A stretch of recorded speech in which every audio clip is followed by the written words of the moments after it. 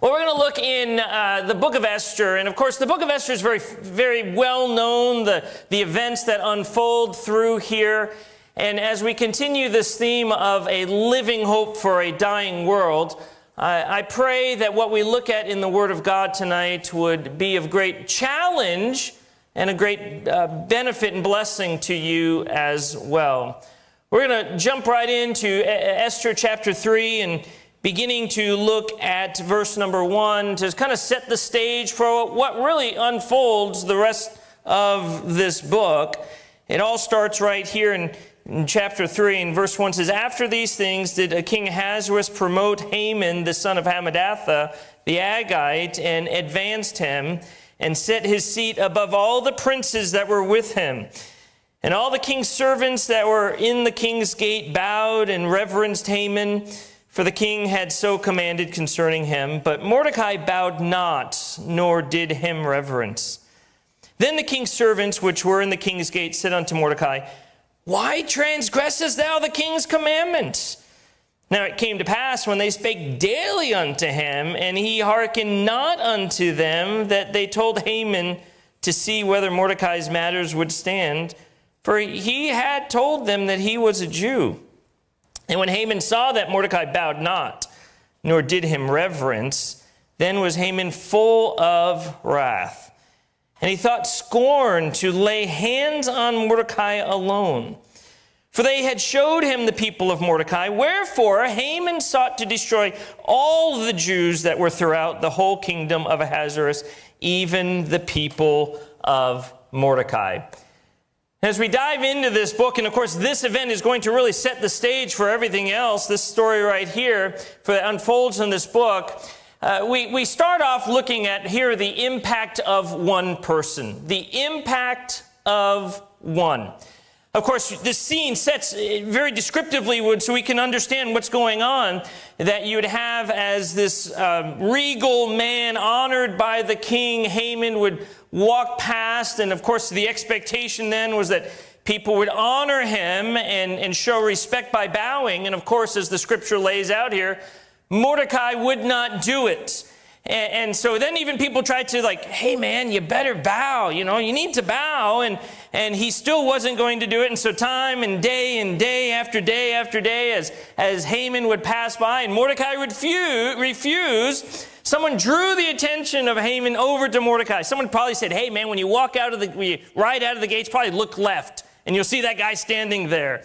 And you have now this awareness, that by Haman towards Mordecai, and as he sees it, as the scripture lays out very clearly there, because that Mordecai would not bow, now Haman's full of wrath.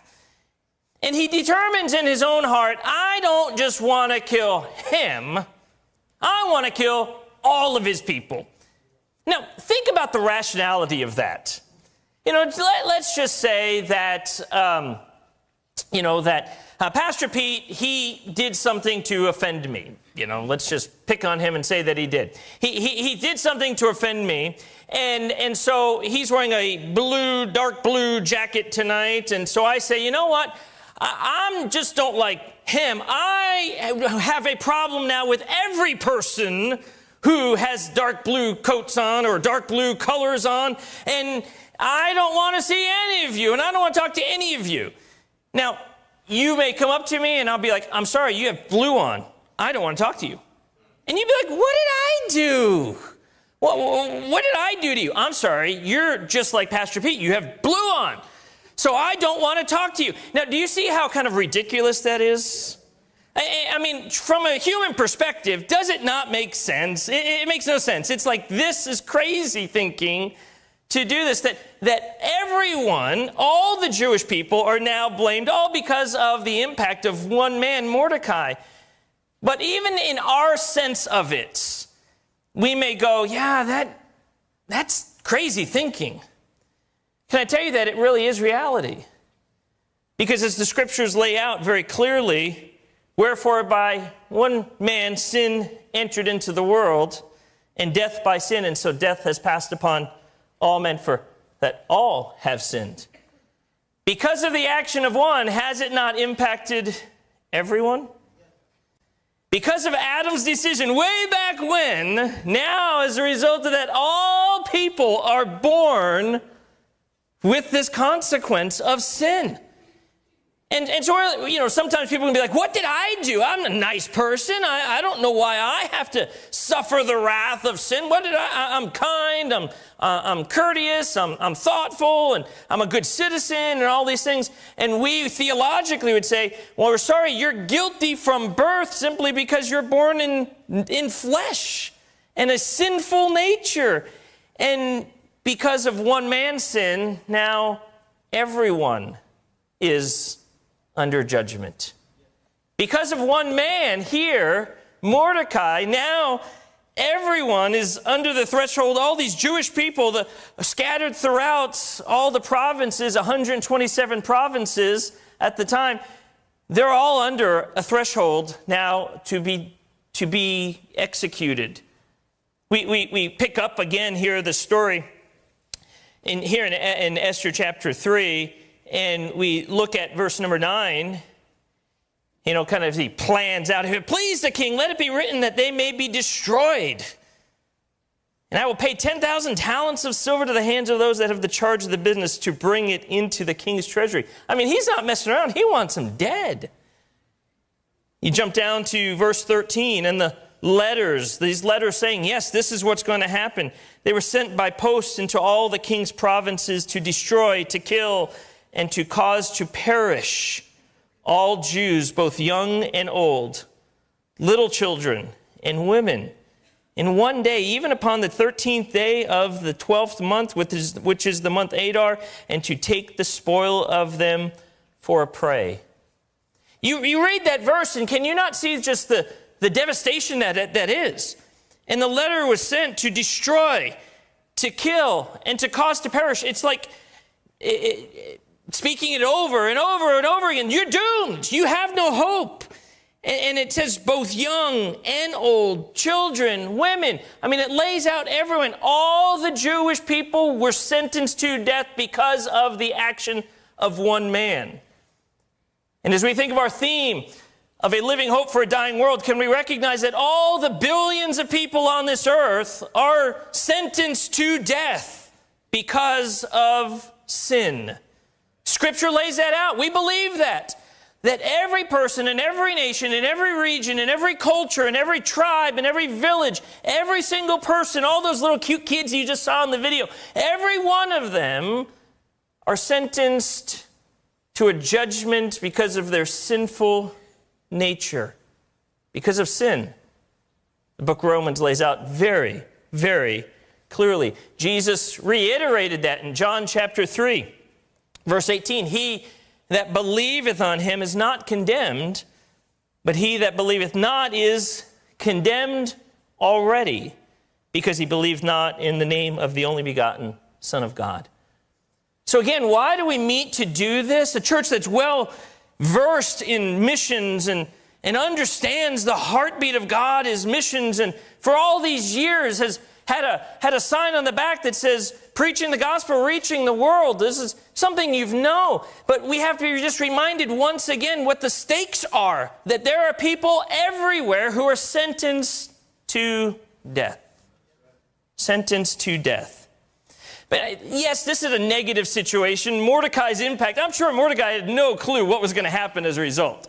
He's just thinking hey, I'm not bowing to this guy. Little did he know, wow, what was all going to happen and impact everybody. But it also, I think, swing that to a positive, that the impact one person can have in a good way. To think that one person, you, can have on so many different lives. You heard the story that was just shared in the testimonies of a young man, a South African man getting saved because someone shared with him. Think that's not impactful?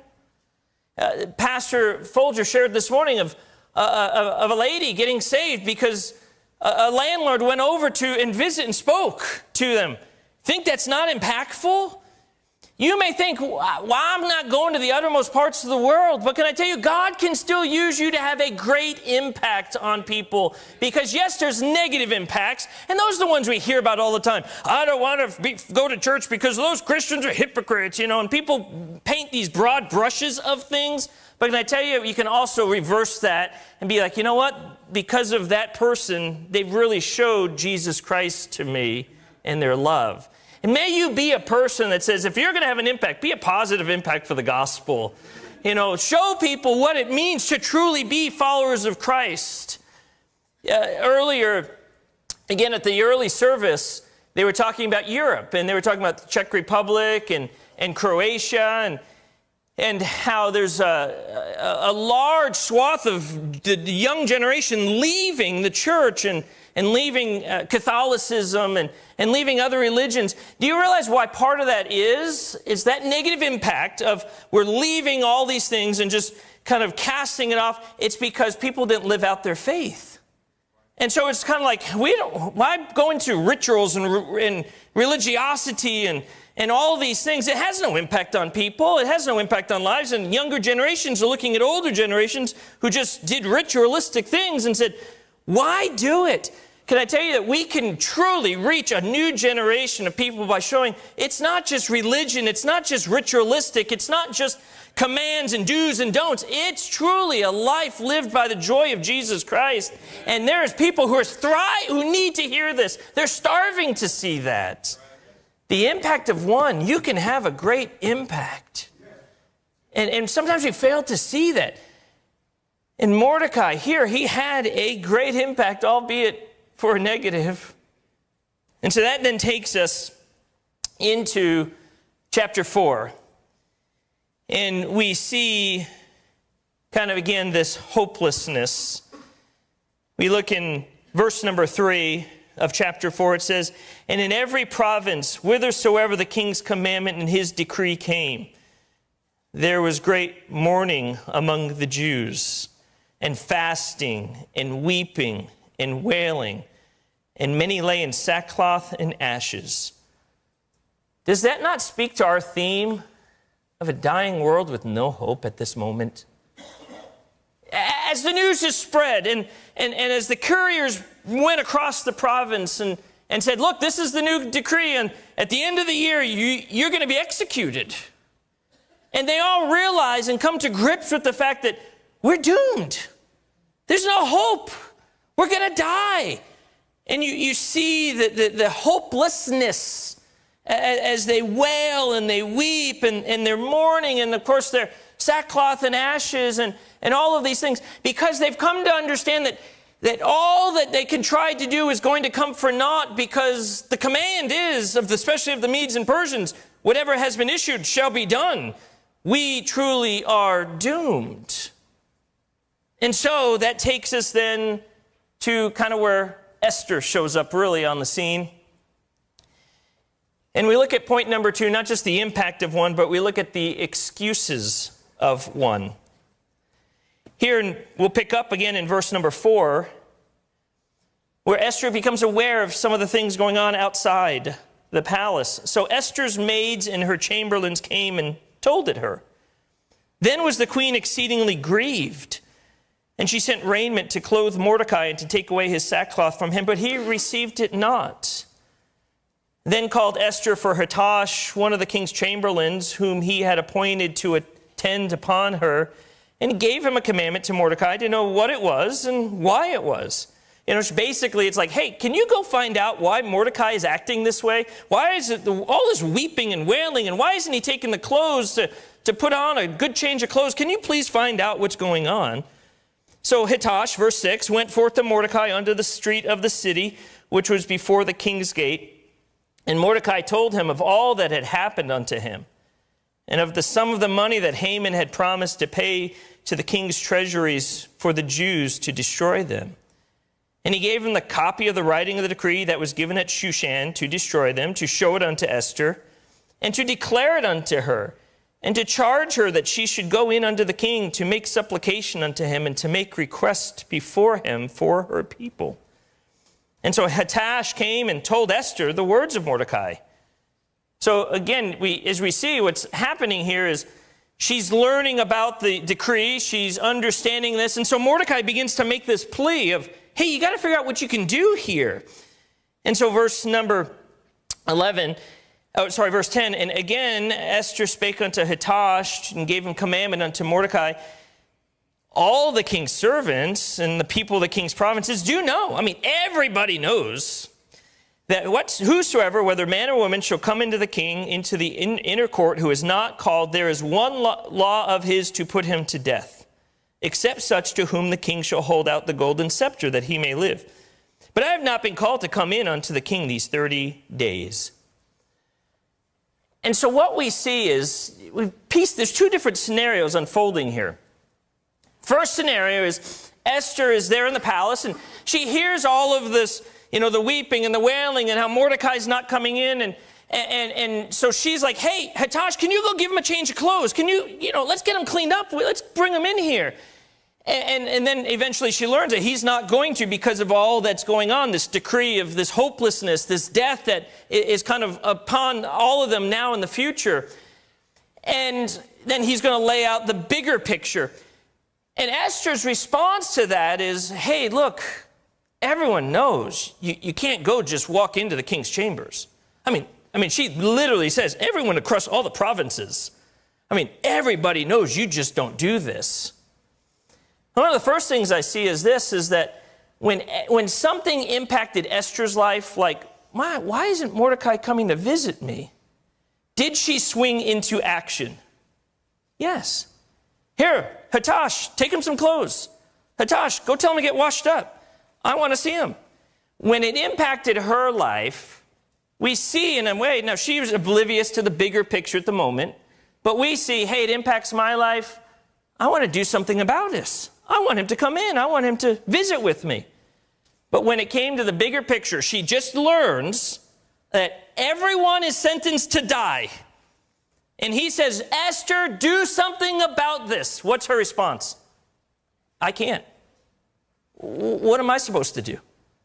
Everyone knows if you go to the king, you die, unless you're called. And I haven't been called for the past month.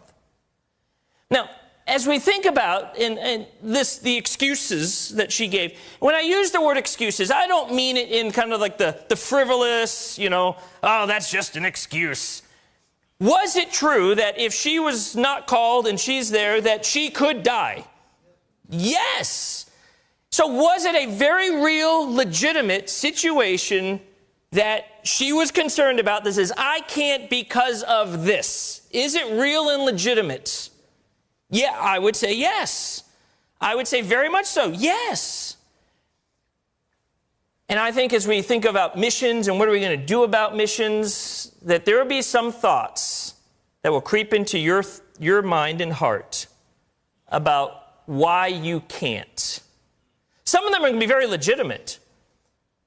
I can't surrender to go to the mission field. I don't even like getting on planes. I don't like traveling. I've never left this country, and you want me to go somewhere else in this world? For some who have a fear of flying, is that not a legitimate thing? Now, for people who have flown all over this world, it's like, really?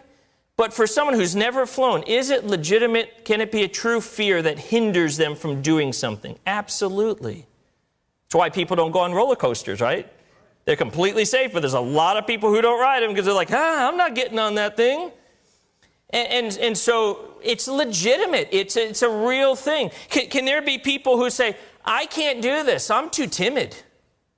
I can't stand up in front of a group of people. I can't get out there and speak publicly. Is that not a very real, legitimate thought that hinder people from doing things? Absolutely. They often say one of the hardest things to do is to publicly speak. And so there's a lot of people who decline opportunities for whatever, jobs or anything, because of fear of publicly speaking. And so it's like, I can't go overseas and I can't do this because I can't speak. I'm too shy, I'm too timid, I'm too scared. Or maybe it's, I'm kind of scared of other cultures. man, there are different cultures out there.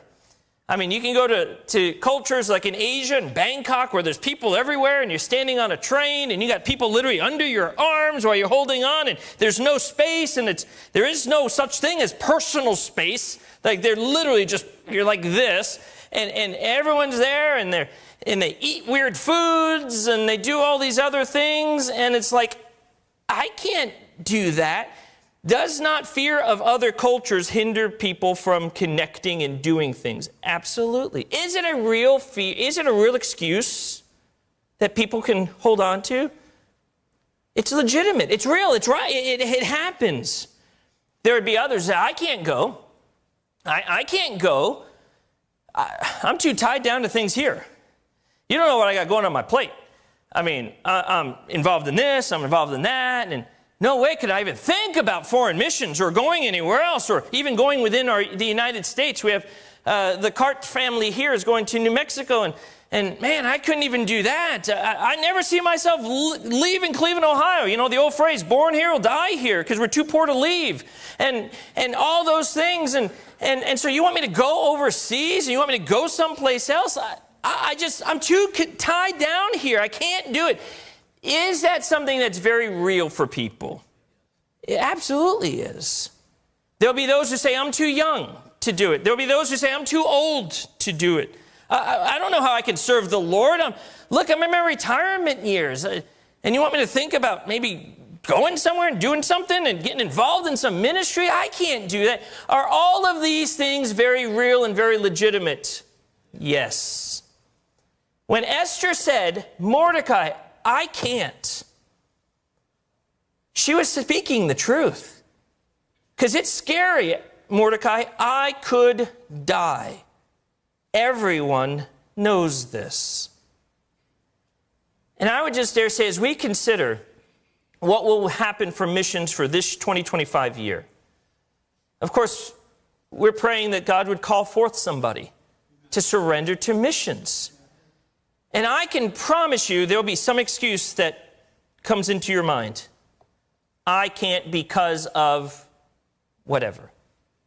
I can't learn a foreign language. I can't eat that food. I can't go and speak or preach or do this or do that or drive even on the other side of the road. It scares me.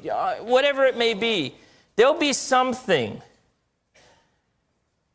But are we going to let those things hold us back from making a difference to give living hope to a dying world? See, often we find that, like Esther, if it impacts us, we try to find the solution to it. I want Mordecai, I'm going to get Mordecai fixed up. But when she hears something of a greater picture and greater, seriousness, people are going to die across the entire empire, I'm sorry, I can't. So you think this year about financial giving for missions. Of course, faith promise cards will be filled out and turned in and look at the headwinds against us.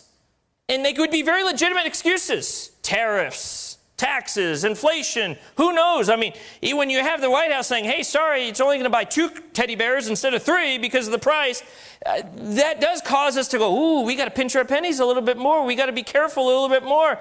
Would that not be a very legitimate reason to stop? Yes.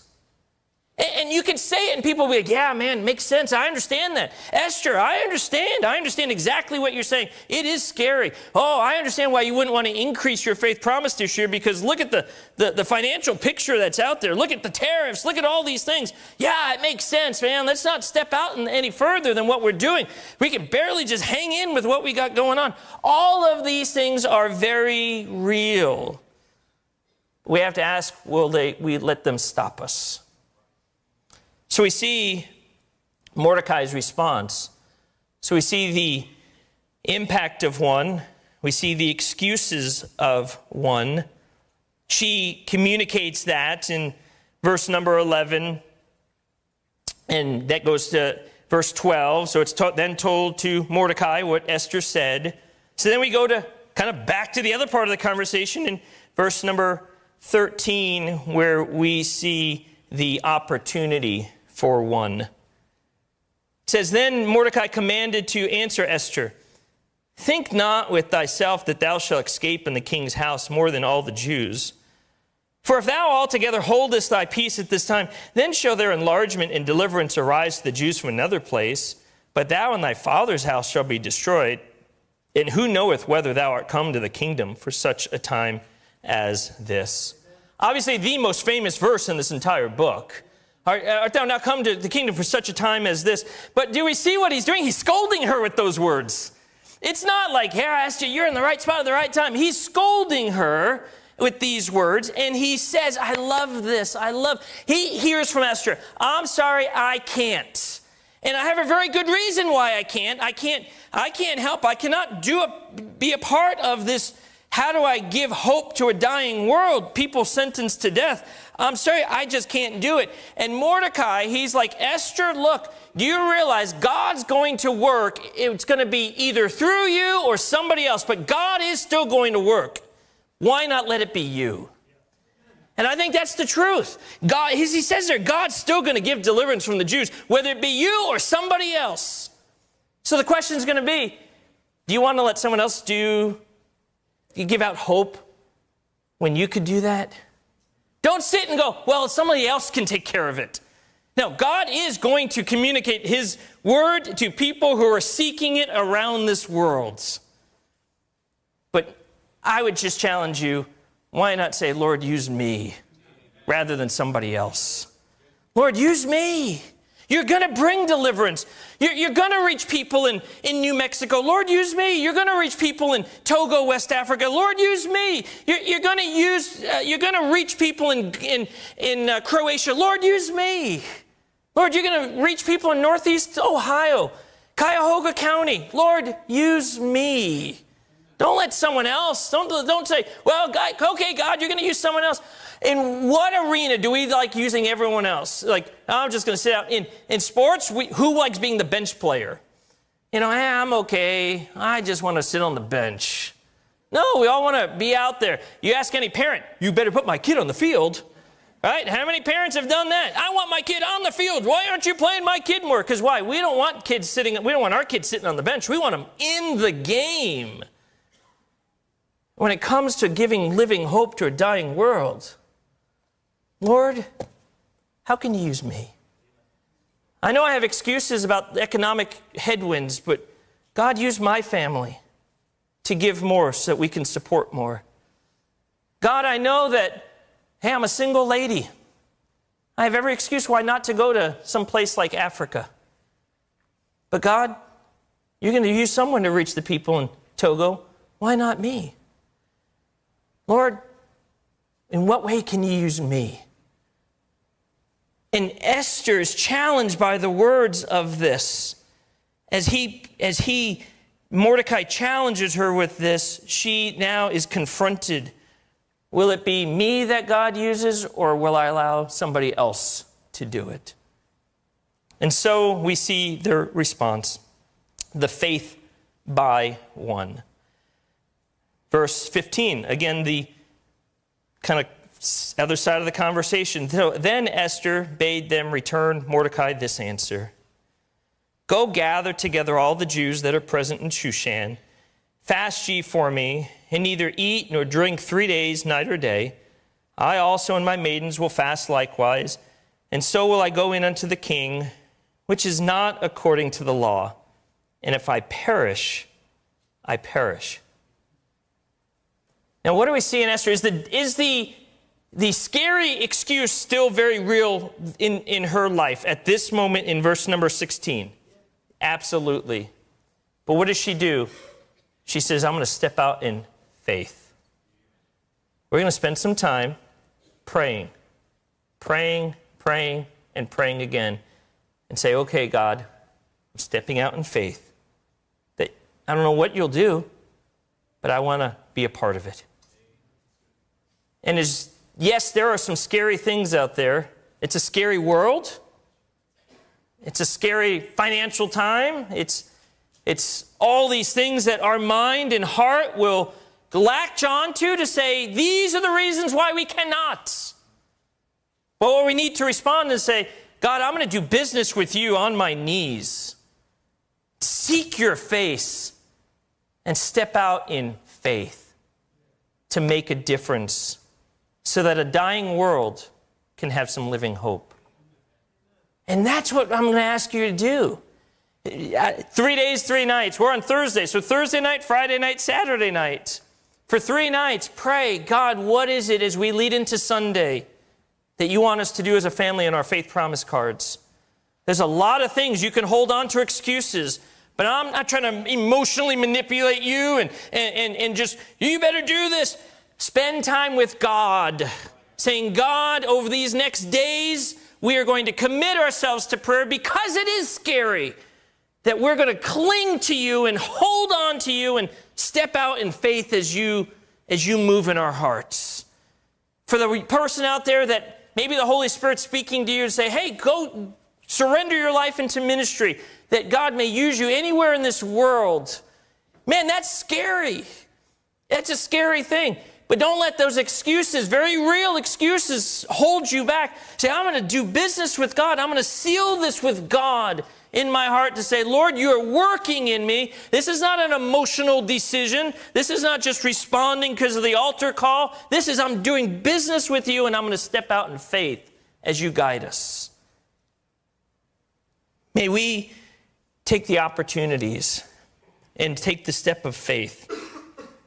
Very quickly, just to conclude, put the capping on this, if we flip very quickly over to chapter number 8, we're going to see how that decision impacted to give living hope to a dying world.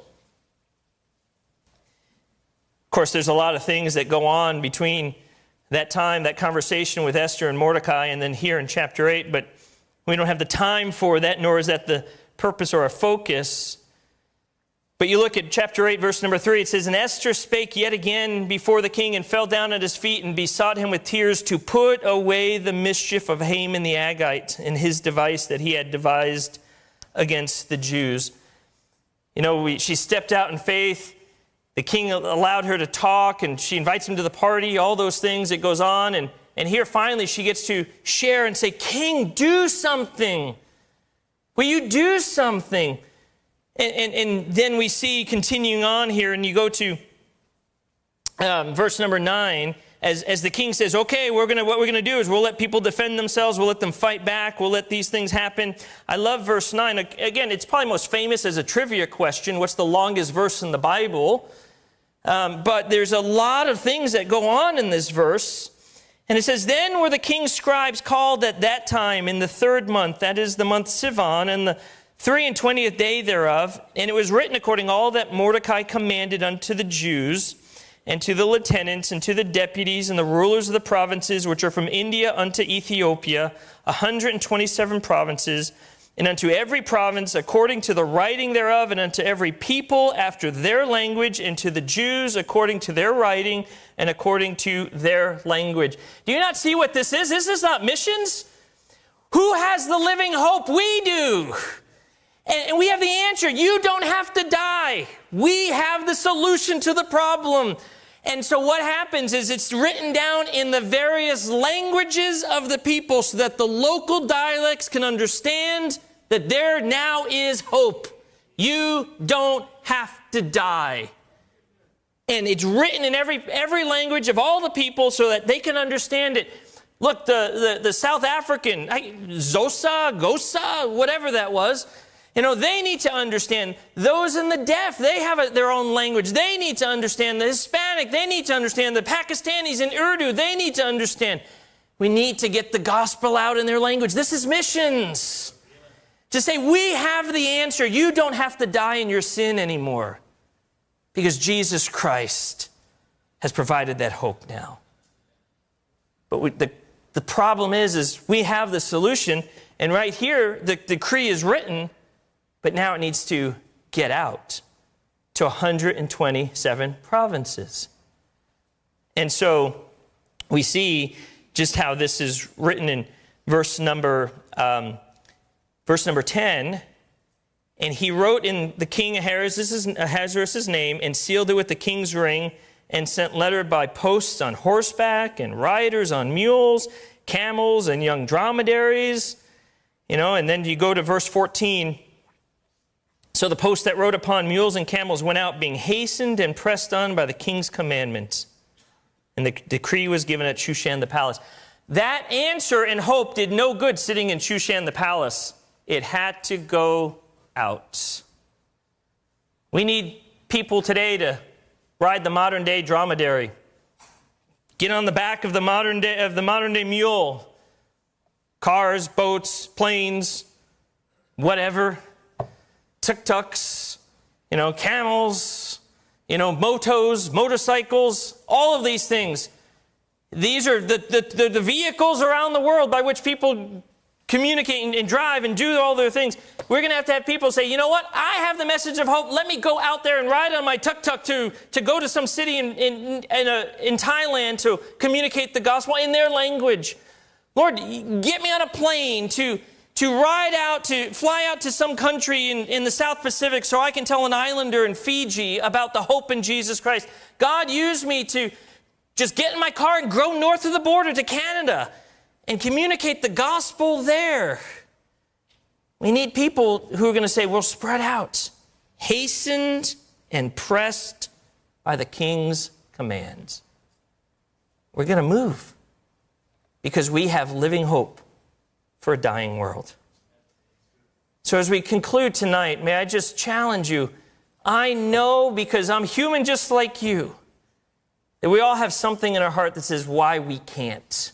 And if you shared it, it would be very real, very legitimate, and we would all go, that's true. But can I just ask you tonight to just say, Lord, it is scary. But I commit that I'll give you my excuse. And I will commit that to you, saying, God, I don't want to let that stop me do what you want me to do for the cause of missions. If you want me to increase my giving, I will do it even though my head says don't. If you want me to go, God, I will go. Even if everything within me screams, don't do that. But God, I will go and commit it unto you. God, remove my excuses. Take these away and let me live by faith, not by fear.